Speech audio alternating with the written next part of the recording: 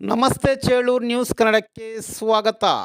ಜಿಲ್ಲಾ ಪಂಚಾಯತ್ ಚಿಕ್ಕಬಳ್ಳಾಪುರ ಶಾಲಾ ಶಿಕ್ಷಣ ಇಲಾಖೆ ಹಾಗೂ ಶಿಕ್ಷಕರ ದಿನಾಚರಣೆ ಆಚರಣಾ ಸಮಿತಿ ಬಾಗೇಪಲ್ಲಿ ಇವರ ಸಂಯುಕ್ತ ಆಶ್ರಯದಲ್ಲಿ ಭಾರತ ರತ್ನ ಡಾಕ್ಟರ್ ಎಸ್ ರಾಧಾಕೃಷ್ಣನ್ ರವರ 137ನೇ ಜನ್ಮ ದಿನಾಚರಣೆ ಹಾಗೂ ಶಿಕ್ಷಕರ ದಿನಾಚರಣೆ ಕಾರ್ಯಕ್ರಮ ಶುಕ್ರವಾರ ಬಾಗೇಪಲ್ಲಿ ಪಟ್ಟಣದ ರಾಮಕೃಷ್ಣ ಕಲ್ಯಾಣ ಮಂಟಪದಲ್ಲಿ ಹಮ್ಮಿಕೊಳ್ಳಲಾಗಿತ್ತು.